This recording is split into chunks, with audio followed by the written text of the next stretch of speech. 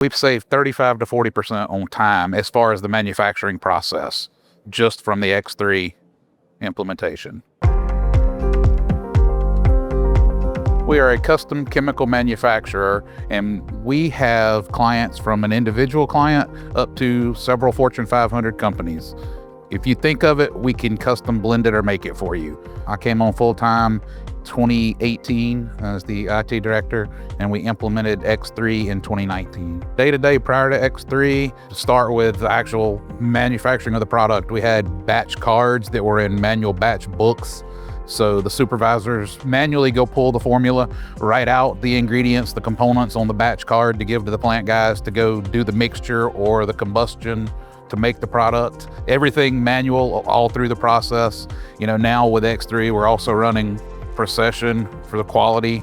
Anybody that has access to the system can go grab the formula. They know what they need to do without having to go back 500 times and make sure what they're doing.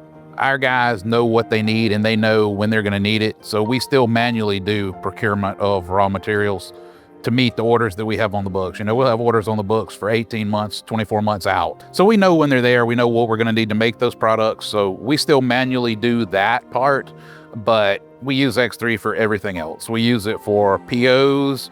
We use it for the product manufacturing cycles, the quality test, the shipping, the deliveries, the invoicing, all the way through. Everything is X3. Now, if we have a problem, we know batch number XYZ had a quality issue, so we've got to fix that before it can go out. Or we know the customer ordered 46,000 pounds, but they could only hold 45, so we had to take 1,000 pounds back. So, from the customer return all the way to putting inventory back in, it's all trackable, traceable, which helps with our ISO. We can do more sales because we can manufacture more product in a shorter amount of time. Time is the key emphasis. We're limited on real estate at this point with kettles and storage tanks, and before we were limited on how fast we can make the product. Now we're limited on how much we can store. I don't think there would be a product that would do our business any better than what we're doing with X3. Next step is another facility, more production capabilities, and with that, all of the technology stuff that is going to tie into it. We're X3 on-prem right now. At that point, we're going to be running 2 facilities, so it's going to have to be X3 cloud-based.